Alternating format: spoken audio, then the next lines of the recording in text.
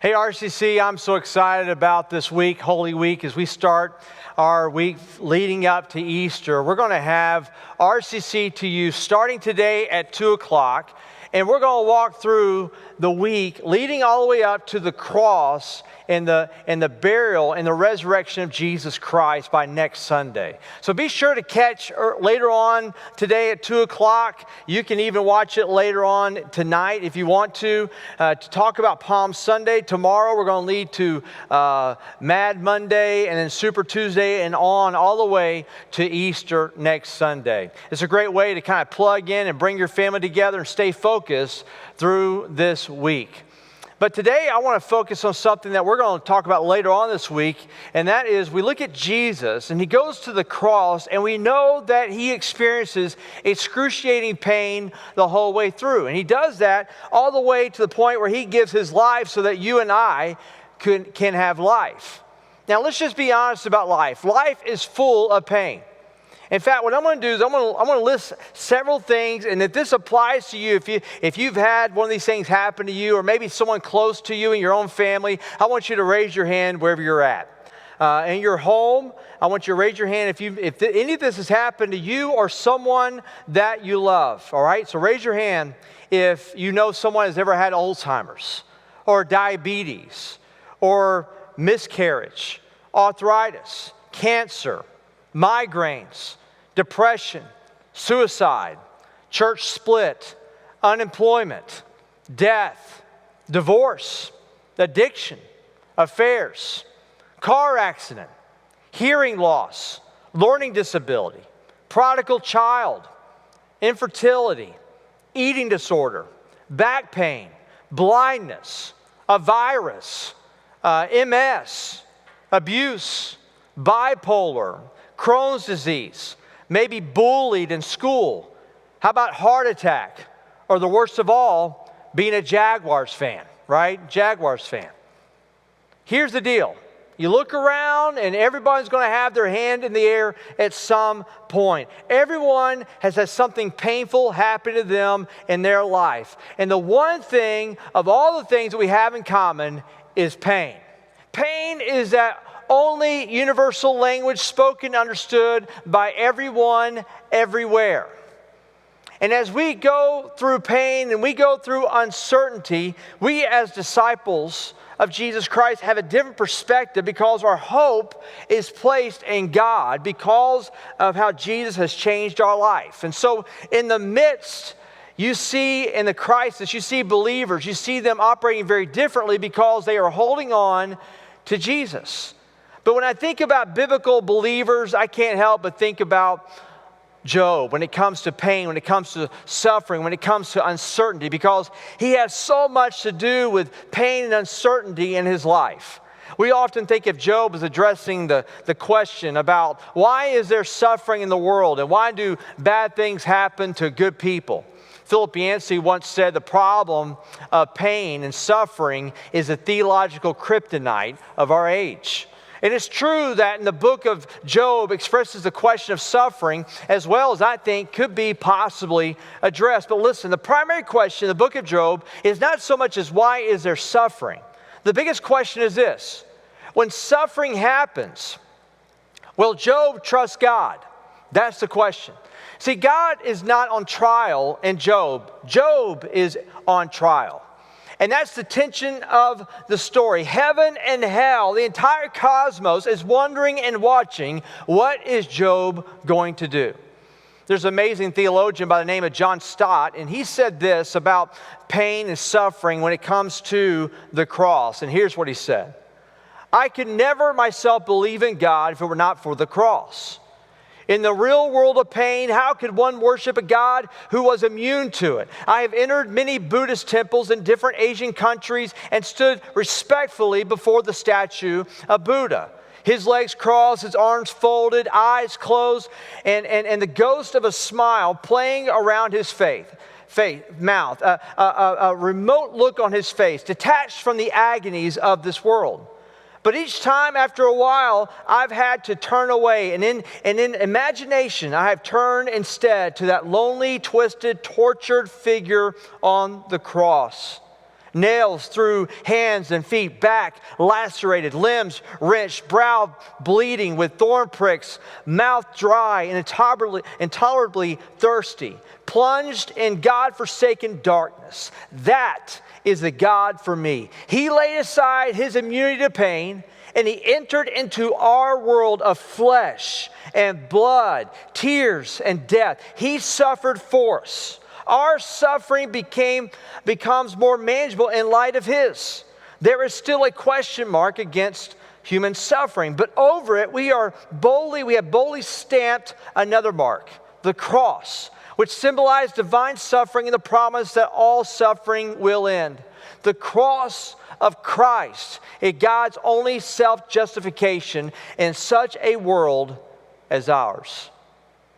With that in mind, I believe the real question is not God's response to suffering in this life, but what is our response to God's response in the suffering that we experience in life? I think that's the question.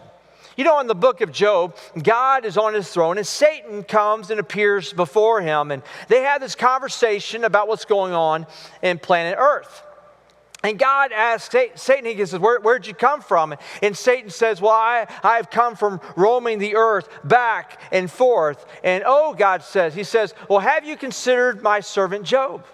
Have you checked out this guy named Job? He says, there is no one like him on planet earth. He is blameless, he's upright, a man who fears God and shuns evil. He's like, here's a guy who trusts me completely. His name is Job. And do you remember Satan's response? Satan's response is like, well, duh.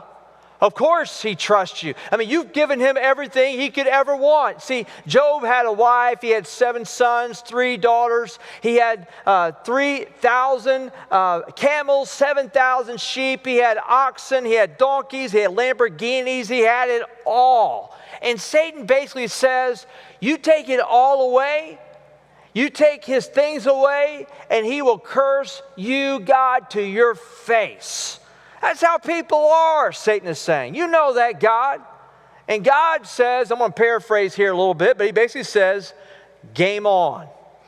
All right, let's get it on. And so what God is going to do is he's going to stack all his chips on Job, believing that Job is going to stack all his chips on God. And you want to talk about risk, God is trusting Job to trust him. Now, Job, you understand, is totally unaware of this cosmic contest. And there's reasons for it. I mean, number one is if he knew about it, the contest would be off. On top of that, if he knew about it, he would want out. He would probably want to pass on the privilege to someone else. He'd probably say to God and Satan, hey, have you considered my good friend Bildad? Would you guys kind of focus on him and not on me? Mother Teresa put it this way. She said, God will never give me more than I can handle. I just wish he didn't trust me so much. And some of you feel the exact same way. Well, guess what? God trusted Job a lot. He trusted Job a lot. You may remember how the story goes. In the next 24 hours, a series of calamities start falling down on Job. And one day, Satan strikes, and Job loses all of his camels, all of his oxen, all his donkey, all his sheep, and even his servants. Translation is this. Job wakes up, and all of his bank account is gone. His job is gone. All his assets are gone. And many of us are worried about that right now. We know some other people who are worried about that. Am I going to have a job right now with all that's going on with this virus? Am I going to wake up and I'm going to lose everything? And so Job, that actually happened to Job. And then here comes the clincher. A tornado comes through, and many of us here in Northeast Florida, we know what that's like. A tornado actually passed through this past week. A tornado comes through, and all of Job's children are at his oldest son's house. And that tornado hits that house, and instantly all of his kids, all 10 of his kids are dead in one terrible event. Word comes to Job that he has lost everything, including his 10 children. And this is on the heels after trying to process that his livelihood is all gone. Job is left to deal with the shock in all of these terrible moments. And it's just excruciating. The text says that he gets up and he tears his clothes, he shaves his head, and then in Job 1 verse 20, he falls on the ground. I want you to notice something what he does here. He falls to the ground in what, church? In worship. You're like, what? He worships. And then it says, naked I came from my mother's womb, and naked I will depart. The Lord gave, and the Lord has taken away. Look at this last part. If you're sitting at home, read it with me. Here it is. May the name of the Lord be praised. In all of this, he praises God. The last time I can think of anything like this has happened to us as a culture is back when 9/11 happened. 9/11, it just seemed like the whole world stopped. And you remember, if you were alive during that time, how that felt. And I remember thinking back then, and a song came out by Matt Redman by the name of Blessed Be Your Name. And I wanted to read with you what he said about that time. He said, the truth was, in most places we visited after 9/11, there was a distinct lack of songs appropriate for this time. And the truth is, the church needs her songs of lament just as much as she needs her songs of victory. A few weeks after 9/11, we wrote the worship song, Blessed Be Your Name. And it wasn't consciously in response to those dark events, but no doubt, being immersed in the spiritual and emotional climate of those days was an important factor in birthing it.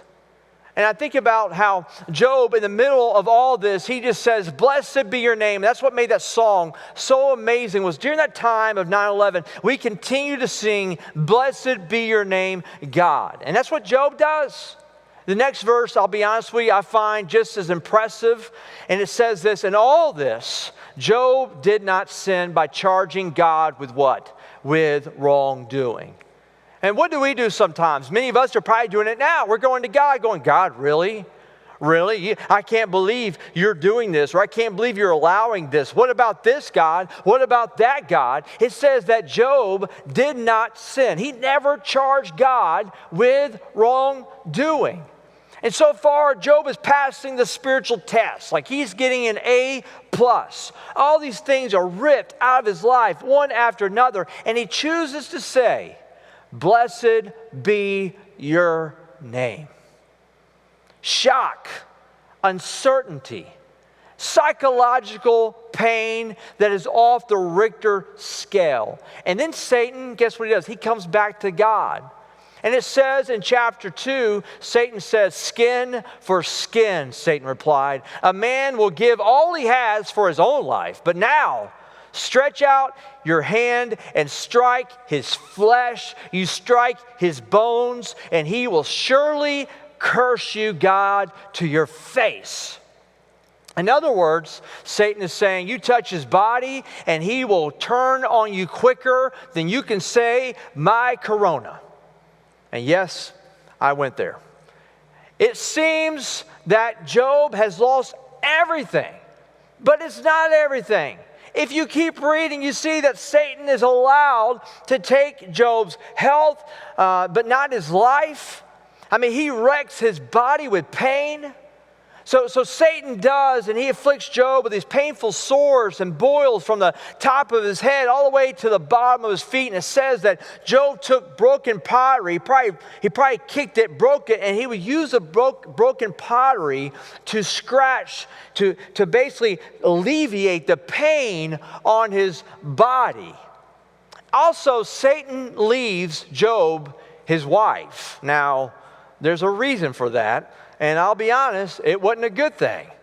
Job's wife was watching him scrape up his skin, and because Job is scraping his skin with a piece of pottery, his wife, the woman he has shared this life with, the wife that he has shared 10 children with, in the last, and I would say probably the most painful betrayal of all, she uncorks her enormous bottle of encouragement, and she says softly, "Are you still maintaining your integrity?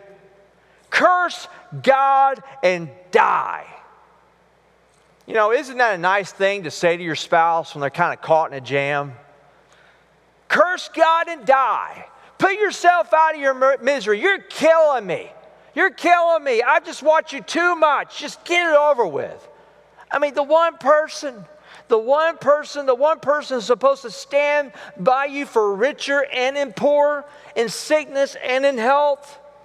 And she turns her back on him and walks out, and Job just seems like he's got nothing left. But I love his response. His response in chapter 2, verse 10, he replied, "You are talking like a foolish woman. Shall we accept good from God and not trouble?" I mean, when God opened up the heavens and poured out blessing on us with abundance of possessions and with children, didn't we accept that good? And now, can't we accept the other side as well? Should we not only accept just the good, but also the trouble from God? In the next verse it says, next part of verse 10, it says, "In all this, Job did not" what, church? He did not sin in what he said. Amazing. He never denies his relationship with God in the face of pain and uncertainty. In that moment, Job trusted God. Now don't misunderstand. This is not blind optimism here. So we move forward in chapter 3, and we have an interesting discussion about suffering with Job. And he's got his 3 buddies. I like to call them Mo, Larry, and Curly. But the Bible calls them Eliphaz, Bildad, and Zophar. And basically, their premise is this. When they come to their good buddy Job, they basically say this: your pain is a direct result of your sin. Your pain is a direct result of your sin. Another way, if you were a righteous man, you would be exempt from physical pain. And I tell you what, in American Christianity, it's so sad how that theology has been pumped into American Christianity. One time I was watching a religious channel, which will go nameless, and I heard a preacher on there, and basically what he was doing is explaining it this way: the more faith you have, the less pain you have, is what he said. The more faith you have, the less pain. And that was the premise of his sermon. And my thought was this: I'm like, how does someone come up with that assumption after reading the same Bible I've been reading? I mean, the same Bible that tells us that the central character was nailed to a cross to suffer. And not only that, he said that we would suffer. And many Christians have followed Jesus, and they've been beheaded. They've been cut in two. They have been doused with oil and set on fire because of their relationship with Jesus Christ. How does someone explain that theology? More faith equals less pain to brothers and sisters who have died throughout the centuries in places like Africa and the Middle East and Asia. I mean, it's one thing to say that with a smile on your face on a carpeted stage and wearing a $3,000 tailored suit in front of a viewing audience that really has no threat to their lives, knowing that at the end of your sermon, you get to get out of that building, drive in your nice car to suburbia, to your beautiful wife, and get to kiss your kids good night.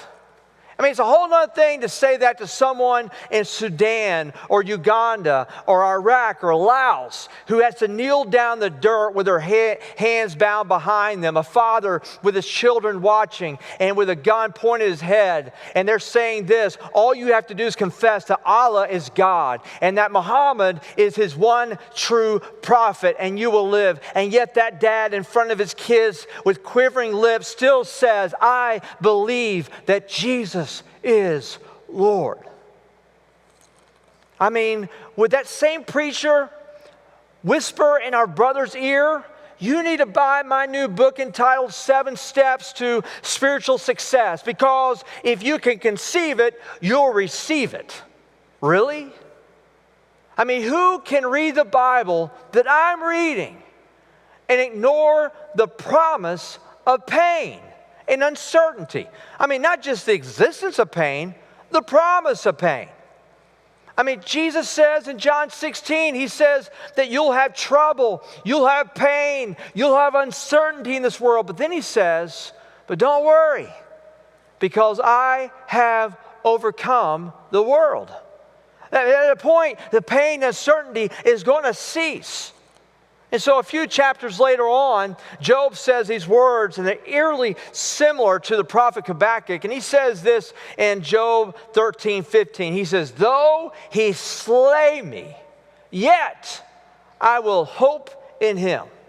Translation, there are no circumstances in this life that will disconnect me from my relationship with God, the God I love. Though he slay me, yet I will hope in him.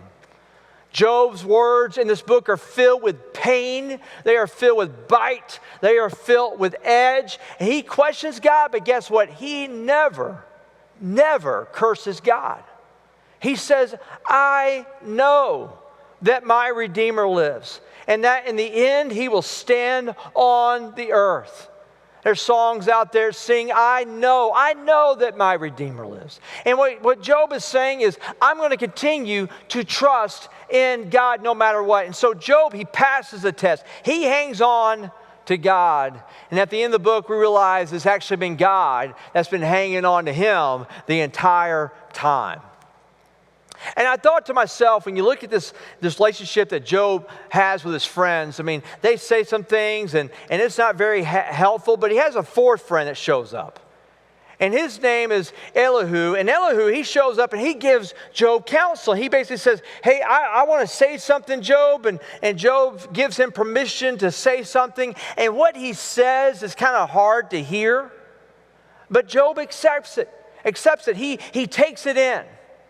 And the question that pops up in my mind as many of us are walking through the season with the coronavirus and uncertainty and pain is, my question is this: have you surrounded yourself with people who are going to encourage you in this season, encourage you towards Jesus Christ, or are you surrounding yourself with people who are pulling you away from Jesus?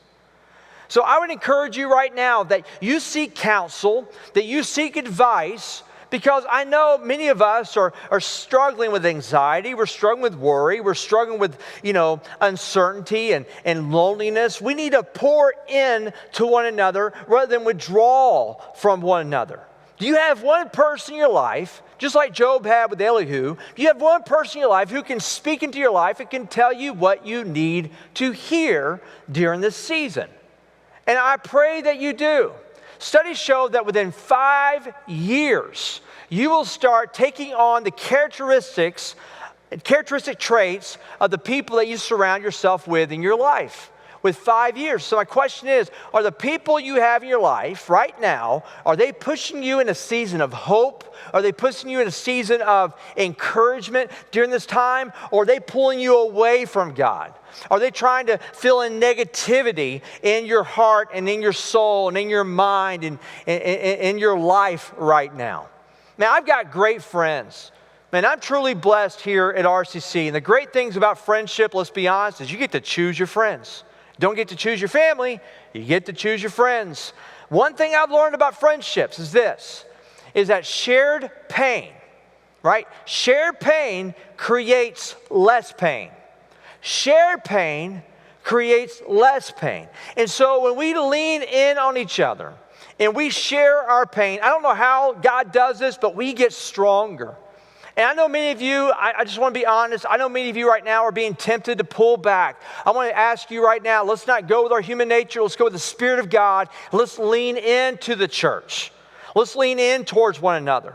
Many of us guys, especially message for us, we need to have people in our life that we're talking to and sharing our anxieties with, because shared pain equals less pain.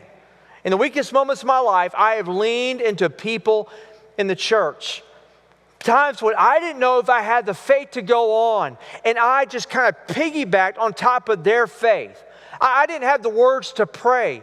And yet their prayers empowered me in that season when I just couldn't even pray to God. You have that tool and that asset and that resource right here at RCC.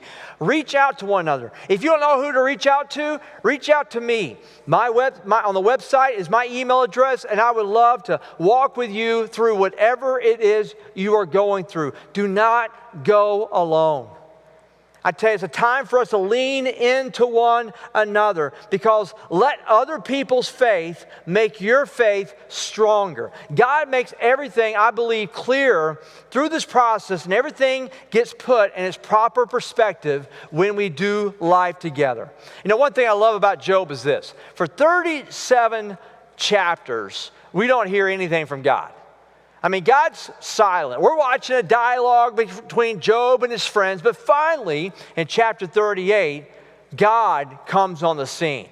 And what's fascinating is in chapter 38 in your Bibles, it'll say, God speaks, or say, the Lord speaks. And when he speaks, he brings thunder.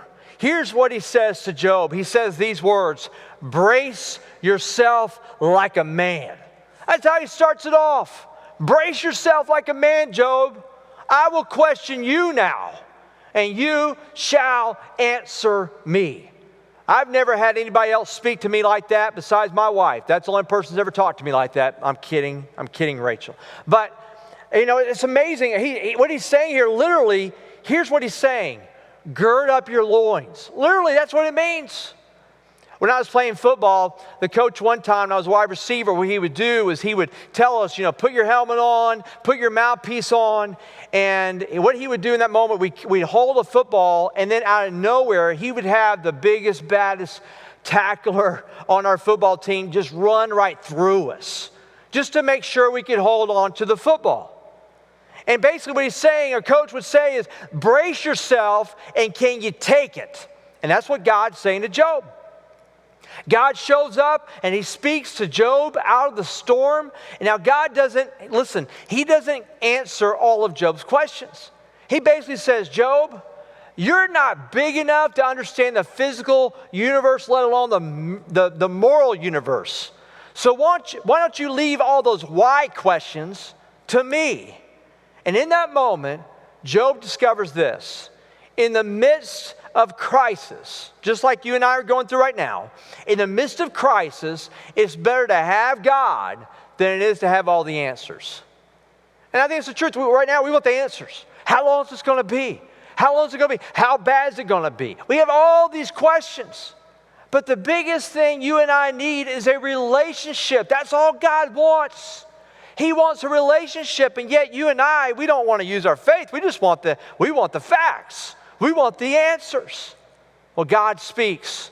And I'm telling you right now, Job gets run over. 3 chapters, God goes on and on and on. And Job searches for his mouthpiece. He searches for his helmet. He puts it back on. And then he says these words, my ears have heard of you, but now my eyes have seen you.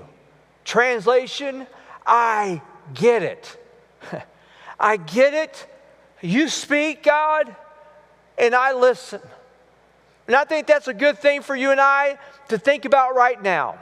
During this season, allow God to speak, and while we have a time out, let's just listen to what he has to say to us. You see, God didn't hand Job a series of books or some downloads of a counseling conference that he went to. He didn't say, hey, Job, read this, listen to this, and you'll understand pain and uncertainty better. No, God did something better than that. God revealed himself to Job. That's what he does. He reveals himself to Job. And people look at this and they think, well, God's kind of being cruel in the midst of Job's pain. And I think it's the most, if I'm honest, I think it's the most loving thing God could have done for Job, because in the presence of this massive and this powerful and this all-loving God, then and only then can human pain be put in its proper perspective and begin to diminish and eventually go away. You know, my children, were young and I still got a little one and they get hurt and they scrape up their knee, a lot of times they'll come straight to me, and River will still come to me and he'll get in my lap. And the thing that River doesn't need, he doesn't need me to give him a lecture. He doesn't need me to start lecturing him on why he's experiencing what he's experiencing. What he needs is to know that he's got a dad who's big enough and great enough who can handle this and who will comfort him and will hold him and just love on him during that time.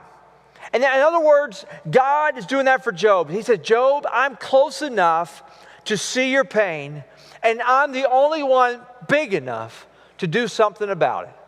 And that's what Job needs in that time. And that's what you and I need right now. So whatever you're going through, maybe right now you're very anxious and you're struggling with that. Guess what? God is close enough to see you, and He's big enough and the only one powerful enough to do something about it. Maybe right now you're worried about your health. Well, guess what? God is close enough to see you, and He's the only one powerful enough to do something about it. Maybe right now you're worried about finances and all that means for your job. Guess what? God is close enough to see you, and He is the only one powerful enough to do something about it. All of you who are well-versed and affluent in the language of pain, you may limp, you may crawl, hey, you may collapse from time to time. But the key is we're here. We're here in this together. We're RCC today. We're going to trust and we're going to believe in the all-powerful God, because we live in the shadow of the cross that tells us that there's a day coming when pain and uncertainty is going to be removed. And I can't wait for that day. And so what we do in this time, in this season of uncertainty and this pause, is we lift up our eyes and we lift up our prayers and we sing like we did earlier this morning. We sing about the goodness of God, and we lift up our hands and to the God who created us, to the God who created nature. We look at the trees, we look at the rivers, we think of the streams and the birds, and we experience this incredible weather here in Florida, and we say with boldness, Father, we trust you. We trust you even when we don't understand. We sing with confidence saying, God, you are close enough to see our pain. We believe that you came and you experienced the pain, but guess what, God? You are big enough to carry us through it. And you ask, well, how can you, Nathan, walk in such certainty in uncertain times and such painful times? Well, I've experienced it enough in my life to know that it works and to know that this is true. That the only proper response to pain, the only proper response to uncertainty is to live with each other in community, to lean into one another, to trust the God who created us, who redeemed us, and guess what? Who's coming back for us. The watching cosmos discovers that the only mystery greater than the mystery of human suffering is the mystery of human faith. You know, I think it's fascinating. Right now, the cosmos is watching. Spiritual beings are watching you, and they're watching me, and they are just blown away, not by human suffering, they are just blown away by the mystery of human faith. They're amazed by the strength of our faith. In this life, there's pain. Pain is there, but may our faith be stronger. Here's what Paul says as he's writing to Timothy. And I just want to remind you, Paul's in prison. He's old and he's been abandoned by many people. He feels very alone. He's about to die. And yet, here's what he says. Because I know whom I have believed, and I am persuaded that He is what, church? He is able to keep that which I committed unto Him until that day. And maybe right now what you're dealing with is anxiety, you're dealing with loneliness, you're dealing with uncertainty about your financial or health situation. Maybe right now you're worried about someone that you love. Maybe there's relational conflict going on. I don't know what's going on in your life, but today, if you're being dragged through pain, if you're being dragged through suffering and uncertainty, listen. God is calling you to take a risk. And the risk is this. The risk is trusting Him.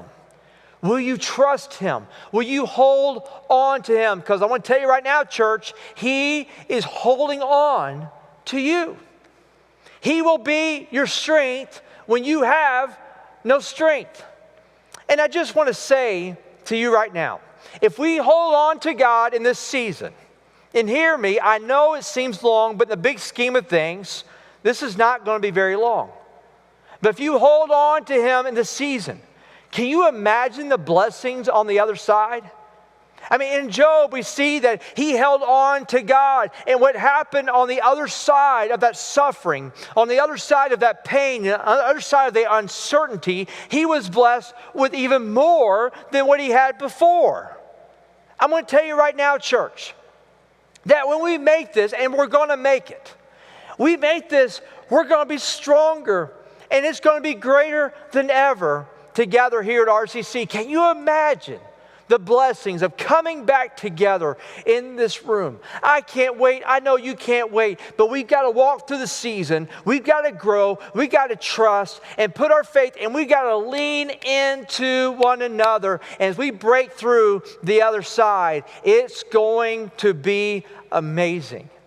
So as we walk through this season, here's the challenge. Will you continue to say, "Blessed be the name of the Lord"? Will you continue to praise Him in this season? Right now, if there's any prayer need you have, any worry, any anxiety, you can put a comment right now on Facebook. You can put a comment right now on YouTube. And we will pray for you. We got pastors and we have ministry leaders who are watching that, and they'll interact with you, and they would love to pray with you. Maybe right now what you need to do is go to our riverchristian.church/online and go to the virtual card, and you can actually leave a prayer request there. Or whatever it is, maybe today you want to give your life to Jesus Christ. You can let us know there. But no matter what it is, may we be a people, no matter what happens next, that we continue to say, "Blessed be the name of the Lord." Because I'm telling you right now, great blessings are coming on the other side of this. So right now, RCC, let's just worship, let's just praise God, and let's just say, "God, you give and you take away. It doesn't matter. Blessed be your name."